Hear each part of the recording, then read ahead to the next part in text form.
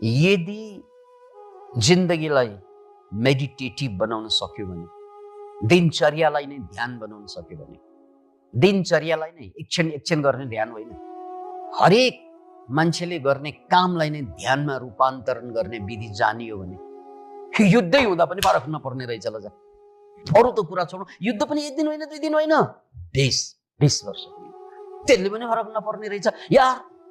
संसारको सबभन्दा ठुलो समस्या आफ्नै टाउकोमाथि बर्सिँदा पनि आफ्नो शक्ति नघट्नु, आफ्नो शान्ति नघट्नु, आफ्नो सेवाभाव नघट्नु रहेछ नि त।